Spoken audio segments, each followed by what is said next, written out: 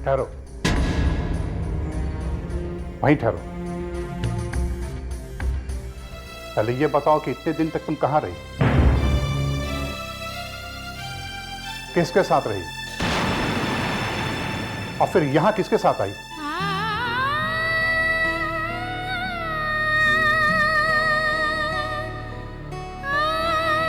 अरे बोलती क्यों नहीं?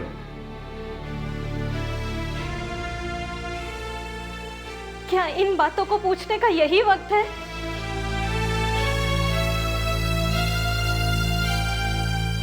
हाँ, यही वक्त है।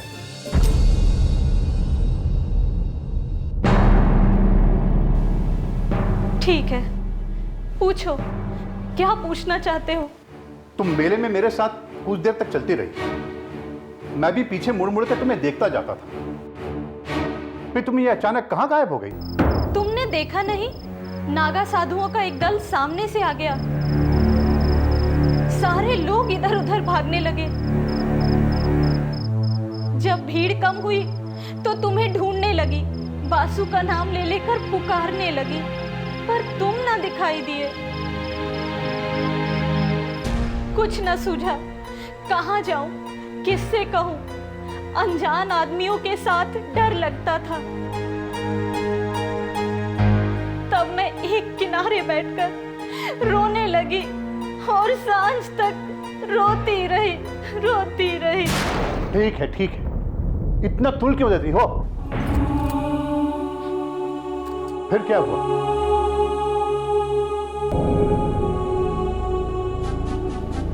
सांझ के वक्त एक युवक ने आकर पूछा, तुम्हारे घर के लोग कहीं खो तो नहीं गए? मैंने कहा हाँ। फिर उसने मुझसे तुम्हारा नाम पता ठिकाना पूछा। सब एक रजिस्टर में लिखकर मुझे बोला, मेरे साथ आओ, मैं तुम्हें तुम्हारे घर ले जाऊंगा। कौन था वो आदमी? वहां की सेवा समिति का एक युवक था।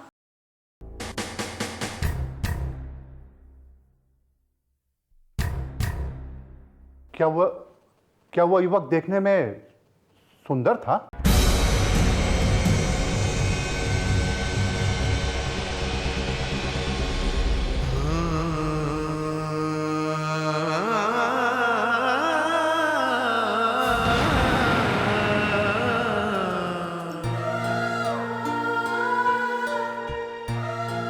अरे तुम रोती क्यों हो?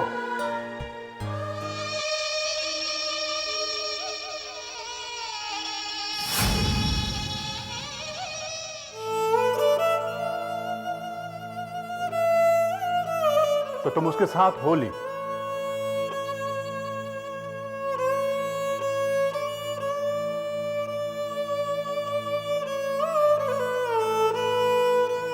तो और क्या करती?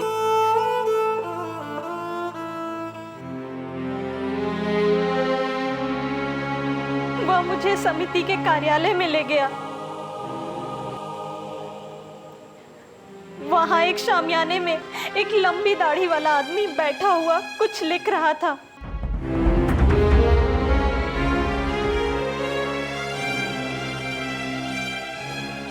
वही उन सेवकों का अध्यक्ष था।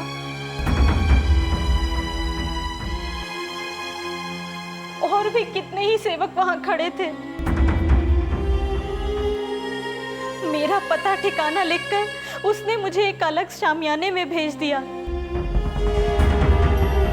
जहां और भी कई सारी खोई हुई स्त्रियां बैठी हुई थी।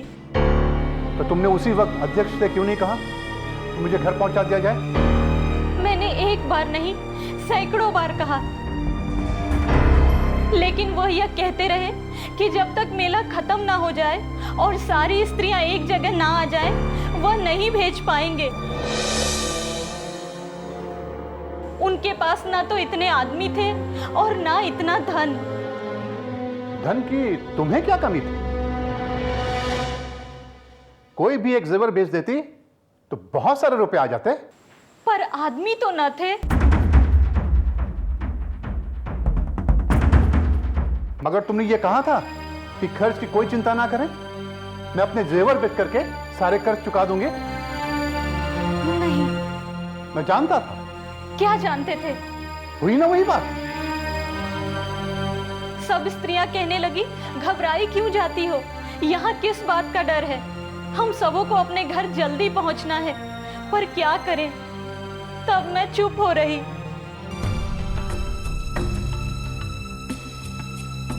और सब स्त्रियां कुएं में गिर पड़ती, तो क्या तुम भी कुएं में जा गिरती? जानती जो थी, वह लोग धर्म के नाते मेरी रक्षा कर रहे हैं, कोई मेरी नौकरी या मजूरी नहीं।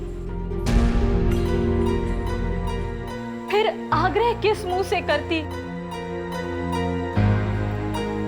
यह बात भी थी कि वहां बहुत सारी स्त्रियों को देखकर मुझे कुछ तसल्ली हो गई। अच्छा, तो वहां तुम कितने दिन तस्कीन का आनंद उठाती रही?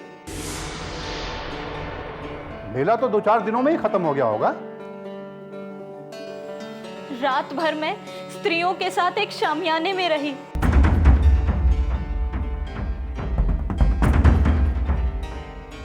क्या?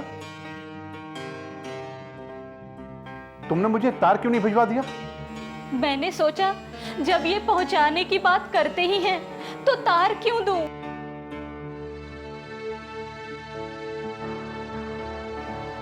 तो रात भर तुम वहीं रही? हाँ। युवक भी अंदर आते रहे होंगे? केवल एक बार एक सेवक भोजन के लिए पूछने आया था, और जब हम सबों ने मना कर दिया तब वो दोबारा ना आया। और फिर सारी रात जागती रही थी मैं ये कभी नहीं मानूंगा कि इतने युवक वहां थे और कोई भी अंदर ना गया होगा। समिति के युवक आकाश के देवता नहीं होते।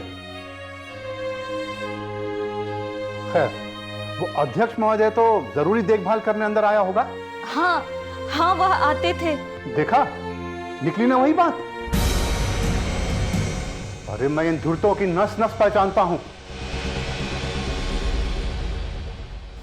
हाँ, वह आते तो थे, पर द्वार पर से ही पूछ पूछ कर लौट जाते थे। लेकिन वो आते ही क्यों थे? और क्या पूछ पूछ के लौट जाते थे? जब एक महिला के पेट में दर्द उठा, तब वो 2-3 बार दवाई पिलाने आए थे। ओह, तो दवा देने के लिए बार बार अंदर आते थे। कहीं तुम्हारे पेट में तो दर्द नहीं हो रहा था? बोलती क्यों नहीं हो? वो मेरे बाप के बराबर थे। आंखें नीची रखने के सिवाय कभी किसी से नजर न मिलाते थे। हाँ, वहां तो जैसे सबके सब देवता जमा थे। खैर, तुम रात भर वहीं रही। दूसरे दिन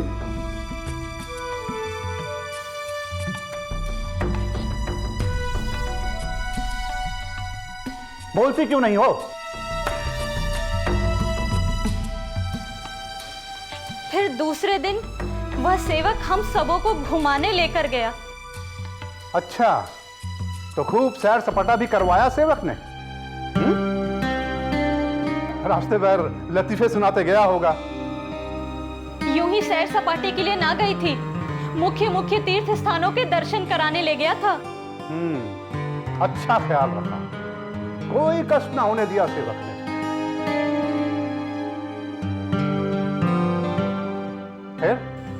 फिर दोपहर को लौटकर हम सबों ने भोजन किया। और भोजन के बाद गाने बजाने का भी प्रबंध रहा ही होगा। हाँ, सब अपना अपना दुखड़ा गाते रहे। खैर जाने दो, ये बताओ कि मेला खत्म होने के बाद भी इतने दिन तुम कहां रही? मेला उठने के बाद 2 सेवक हम लोगों को लेकर स्टेशन पर आए। लेकिन तुम तो आज 8वें दिन आ रही हो, वो भी अकेली? वो स्टेशन पर एक दुर्घटना हो गई थी।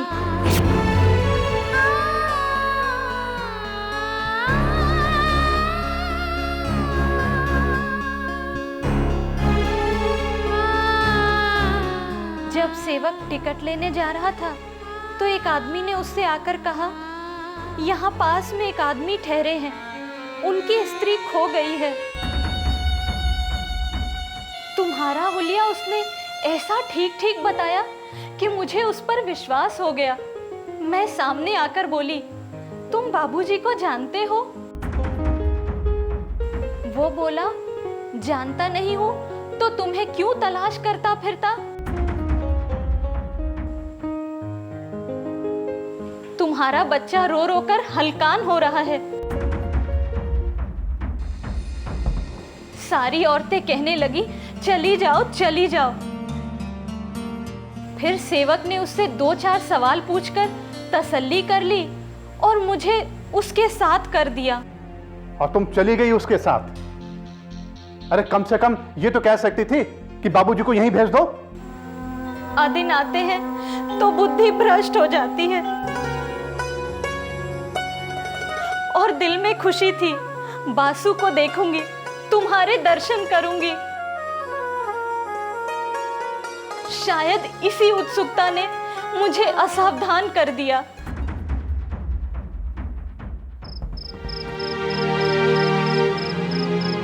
फिर वो तुम्हें कहां ले गया?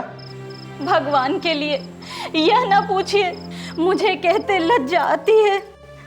तब तो यहां आते हुए और भी लज्जा आनी चाहिए थी तुम्हें। मैं परमात्मा को साक्षी देते हुए कहती हूँ, मैं बिल्कुल पवित्र हूँ। देखने में कैसा था वो? अरे भाई मेरा मतलब है कि उसका हुलिया कैसा था? सांवला सा, छोटे डील डॉल का आदमी था। धोती कुर्ता पहने हुए था। गले में तावीज थी? थी तो, पर तुम्हें कैसे मालूम? अरे वो गेस्ट हाउस का बावर्ची था। मैंने उससे तुम्हारे गुम हो जाने की चर्चा की थी। उस दुष्ट ने उसका ये स्वांग रचा। लेकिन मुझे तो वो कह रहा था कि गेस्ट हाउस का मैनेजर है। अरे नहीं, वो बावर्ची था। लेकिन वो तुम्हें कहां ले गया? फिर वह मुझे गली कूचों में घुमाता रहा। ये और कितनी दूर है? बस थोड़ी ही दूर है गेस्ट हाउस, बस इधर से। आइए, पहुंच ही गए। आइए आइए आइए आइए।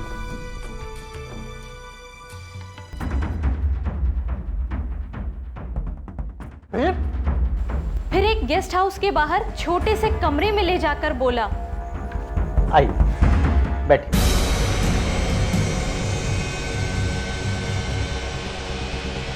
आप बैठिए, मैं बाबूजी को बुलाए लाता हूं।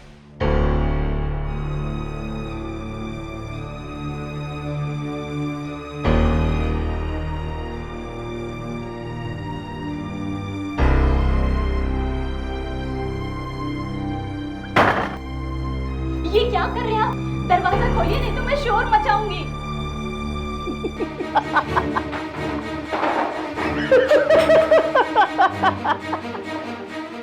जितना भी शोर मचा लो, तुम्हें कोई बचाने वाला नहीं आएगा। अब मुझे विदित हुआ मेरे साथ धोखा किया गया है। फिर? भगवान के लिए इसके आगे ना पूछिए, मुझे लज्जा आती है। मैं पूछता हूं फिर क्या हुआ? मैं बहुत रोई, गिड़गिड़ाई, लेकिन उसने मेरी एक ना सुनी। फिर किसी वहशी दरिंदे के माफिक मुझ पर टूट पड़ा। बस करो, मुझे और कुछ नहीं सुनना है। क्यों? यही तो सुनना चाहते थे, अब सुनते क्यों नहीं?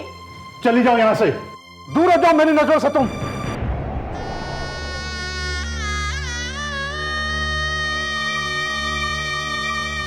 ये क्या कह रहे हैं आप? मैं बिल्कुल पवित्र हूँ। जल्दबाजी में वह उलझकर गिर पड़ा और मैं अपना कौशल दिखाकर वहां से बच निकली।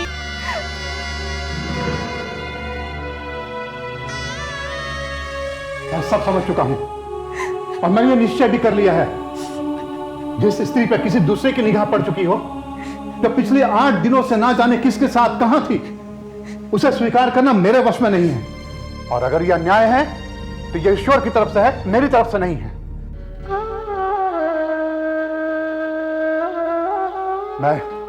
मेरा हृदय नफरत करता है तुमसे।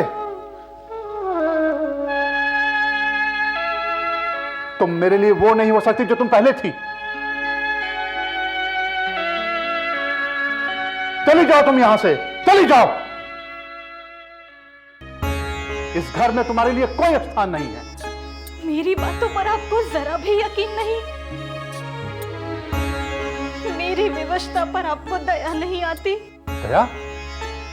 जहां घृणा हो वहां दया नहीं होती। जब तक जीवित रहूंगा तुम्हें अन्न वस्त्र का कोई भी कष्ट ना होगा, लेकिन तुम मेरी स्त्री नहीं हो सकती। मैं अपने पुत्र का मुंह न देखूं अगर मेरी पवित्रता नष्ट हुई हो। तुम्हारा किसी अन्य पुरुष के साथ क्षण भर भी एकांत में रहना तुम्हारी पवित्रता नष्ट करने के लिए काफी है। क्यों? क्योंकि मैं स्त्री हूं? हाँ, शायद।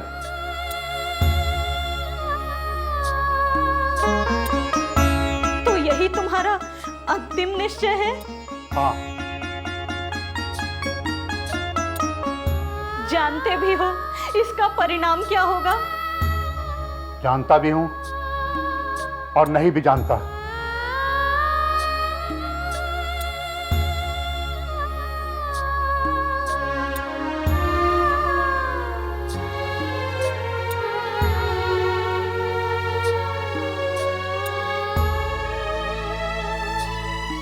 मुझे वासुदेव ले जाने दोगे?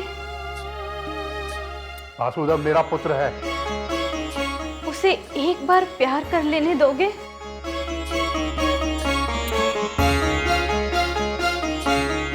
अपनी इच्छा से तो नहीं, पर अगर तुम चाहो तो दूर से देख सकती हो। वहां उस कमरे में सो रहा है।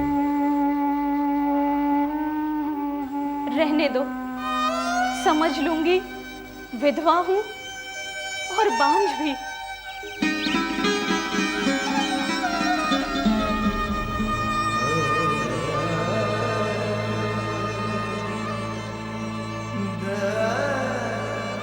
ठहरो।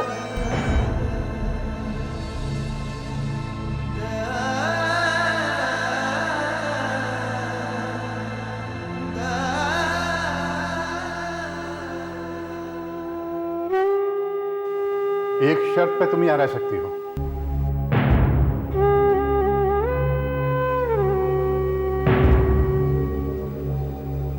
अगर तुम अपने पवित्र होने का प्रमाण दो तो।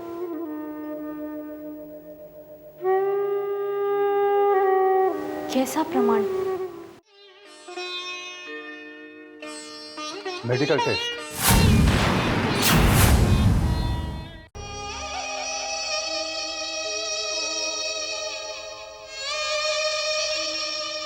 उससे दूध का दूध और पानी का पानी अलग हो जाएगा। ठीक है, मैं तैयार हूं, मगर मेरी भी एक शर्त है।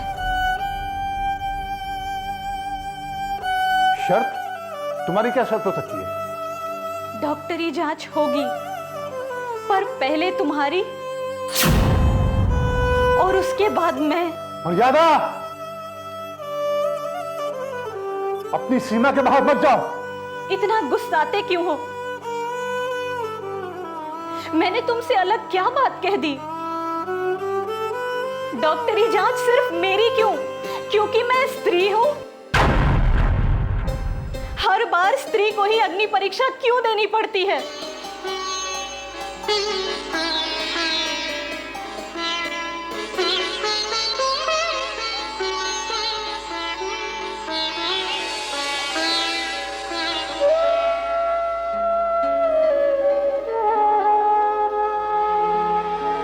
अगर मैं तुमसे 8 दिनों तक अलग रही तो तुम भी तो मुझसे 8 दिनों तक अलग रहे।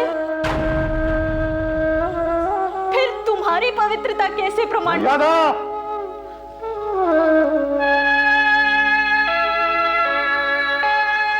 तुम्हारा पुरुष होना ही तुम्हारी पवित्रता का प्रमाण नहीं हो सकता। मैंने इतने सालों तक तुम्हारी देवता की तरह पूजा की, पर आज तुम्हें मेरी ही बात पर जरा भी यकीन नहीं। डॉक्टरी जांच का क्या परिणाम आएगा यह तो मैं जानती हूँ, लेकिन मेरे 10 साल की तपस्या का यह परिणाम मिलेगा, ऐसा मुझे सपने में भी गुमान न था। जांच का परिणाम चाहे जो भी आए, लेकिन मैं अब तुम्हारे साथ इस घर में एक पल न रह सकूंगी। अरे तुम क्या मुझे इस घर से निकालोगे? मैं तुम्हारा परित्याग करती हूँ।